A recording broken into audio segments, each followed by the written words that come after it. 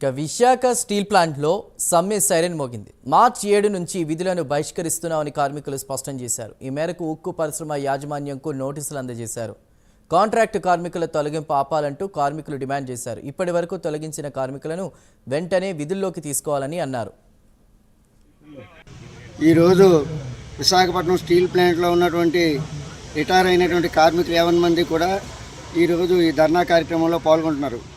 ఎందువల్లంటే ఏదైతే కేంద్ర ప్రభుత్వం కార్మిక వర్గాన్ని నిర్వీర్యం చేసి కార్మిక వర్గాన్ని నాశనం చేసి తమ యొక్క పాపం గడుపుకోవాలని చెప్పి చూస్తున్నటువంటి ఈ నేపథ్యంలో దానిలో భాగంగానే విశాఖపట్నం స్టీల్ ప్లాంట్కి అనేక కష్ట నష్టాలు ఓర్చి మంచి మెడిక్లెయిమ్ అగ్రిమెంట్ చేసుకుంటే ఆ అగ్రిమెంట్ని తొంగలోకి తొక్కాలని చెప్పి ఈరోజు యాజమాన్యం ప్రభుత్వం ప్రయత్నం చేస్తూ ఉంది.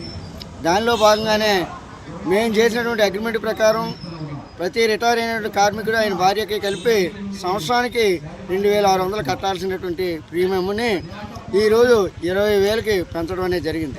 అంటే దాదాపు 17,400 రూపాయలని పెంచడం వల్ల ఈరోజు ఏ ఒక్క రిటైర్ కార్మికుడు కూడా అది కట్టుకోలేక చనిపోవడానికి ఏర్పాట్లు చేపిస్తే మరొకటి కాదు. ఎందుకంటే దానిలో కూడా మేము కట్టలేము సరిగదా. ఈరోజు ఆ కట్టిన దానికి కూడా ఏదైతే 17,400 ఎక్స్ట్రా కట్టిన దానికి కూడా ఓపీకి గతంలో 8,000 రూపాయలు ఇచ్చేవారు, దాన్ని 4,000 కుదించారు. విశాఖ స్టీల్ ప్లాంట్లో సమ్మె సైరన్ మోగింది. మార్చి 7 నుంచి విధులను బహిష్కరిస్తున్నామని కార్మికులు స్పష్టం చేశారు. మరిన్ని వివరాలు మా ప్రతినిధి అవతార్ యాదవ్ అందిస్తారు. అవతార్ యాదవ్, చెప్పండి.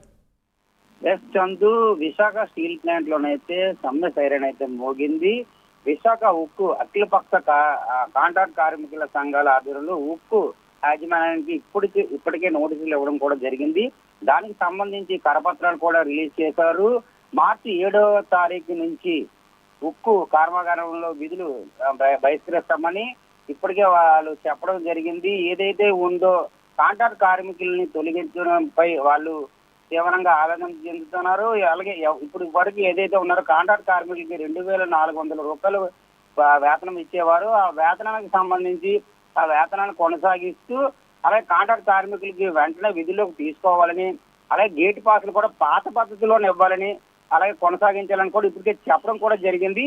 ఏదైతే మాత్రం ఇప్పుడు స్టీల్ ప్లాంట్ కి ఇది పెద్ద దెబ్బ అనే చెప్పాలి. ఎందుకంటే ఇప్పుడిప్పుడే ఊపు అందుకుంటున్న స్టీల్ ప్లాంట్ కి కేంద్ర ప్రభుత్వం నుంచి అయితే మాత్రం సహాయం అయితే దొరికింది.